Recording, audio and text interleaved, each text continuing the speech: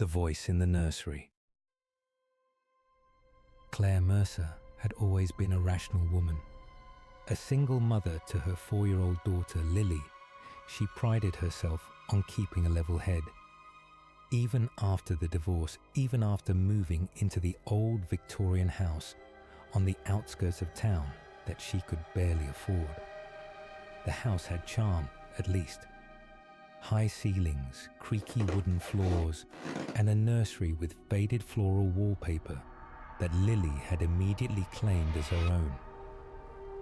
Claire had spent weeks restoring it, painting over the yellowed walls, replacing the old light fixture. Then, one night, she heard it, a whisper. "She's mine."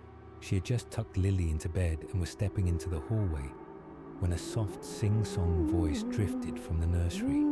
"Shh, don't wake her." Claire froze. The voice was faint, almost playful, like a mother soothing a child. But Lily was fast asleep, and they were the only ones in the house. Heart pounding, Claire stepped back into the nursery. The room was empty. The only sound was Lily's steady breathing. "You're exhausted," she told herself. "You imagined it." But the next night, it happened again. 3 nights later, Claire was woken by the sound of Lily crying. She rushed to the nursery and found her daughter standing in her crib, tears streaming down her face. "Mama, the lady scared me," Lily whimpered. Claire's blood ran cold. "What lady, sweetheart?" Lily pointed to the corner of the room. "The sad lady. She said she's my real mummy." Claire's breath caught in her throat. She scooped Lily up, scanning the dark room. Nothing, just a faint scent of lavender, a smell she didn't own.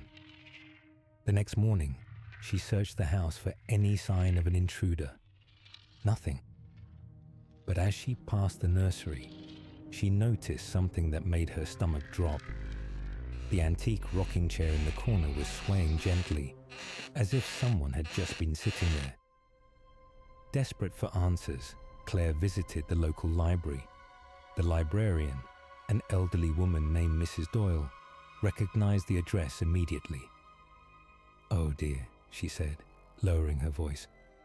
"That house belonged to the Hartleys. Lovely family. Until, well..." Claire leaned in. "Until what?" Mrs. Doyle sighed. "In 1952, Eleanor Hartley lost her baby girl to pneumonia. She was never the same. They say she'd sit in the nursery for hours, singing to an empty crib." Claire's hands trembled. What happened to her? Mrs. Doyle's eyes darkened. One night, her husband came home and found her hanging from the nursery ceiling. She left a note. "I'm going to find her." That night, Claire moved Lily into her own room. She barely slept, jumping at every creak of the house. Then, at 3 a.m., she heard it. A lullaby. Faint, mournful singing drifting from the nursery. Claire grabbed a baseball bat and crept down the hall. The nursery door was slightly ajar. She pushed it open and saw a figure standing over Lily's empty crib. A woman in a tattered nightgown, her long, dark hair hanging limp. She turned slowly, her sunken eyes locking onto Claire's. Her lips curled into a smile. "You took my child," the woman whispered. "Now I'll take yours." Claire screamed. The police found Claire the next morning, curled in the nursery closet, babbling incoherently. Lily was gone. No signs of forced entry. No footprints in the snow outside. The only clue, a single line scrawled on the nursery wall in what looked like charcoal. "She's mine now." To this day, Claire insists she sees them sometimes. Lily and the woman, standing at the nursery window, watching her, waiting for her to join them. Mum's voice. For weeks, Jake had noticed strange things happening around their old farmhouse. The security cameras would glitch at night, showing brief flashes of movement in the basement. The dog would growl at empty corners, his fur standing on end. And sometimes, just as Jake was falling asleep, he'd hear faint knocking from inside the walls. 3 slow raps, like someone testing the structure. His mom, a no-nonsense ER nurse, had dismissed it. Old houses settle, sweetheart. She'd say, rubbing her tired eyes after another double shift. But even she couldn't explain why the basement door kept unlocking itself, or why their Alexa would randomly whisper, "I'm listening," when no one had said the wake word. The worst was when Jake found muddy footprints leading from the basement to his bedroom doorway. Footprints too large to be his mom's, but shaped all wrong, like the toes had been too long. That's when his mom finally called the police, but the officers found nothing. Just an empty basement with an old stone foundation, its walls damp with condensation that smelled faintly of copper. That Thursday night started like any other. Jake's mum left for her night shift at the hospital, reminding him to keep the doors locked. But as soon as her taillights disappeared down the gravel driveway, the house felt different, too quiet, like it was holding its breath. Jake was playing video games when he first heard it. Jake, can you come down here for a second? His blood turned to ice. The voice was perfect. The same slight rasp from years of teaching. The same warm lilt she used when she needed help with groceries.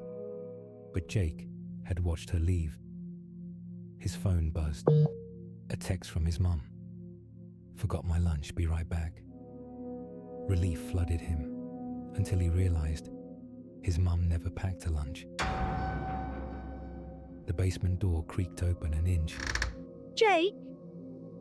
The voice was closer now, dripping with full sweetness. I dropped the laundry basket. Could you? Jake's hands shook as he texted his mum. "Did you come back home?" Her reply was instant. "No, I'm still at work. Why?" A wet, dragging sound came from the basement stairs. Then his phone rang. His mom's real voice frantic. Jake, listen to me. She hissed.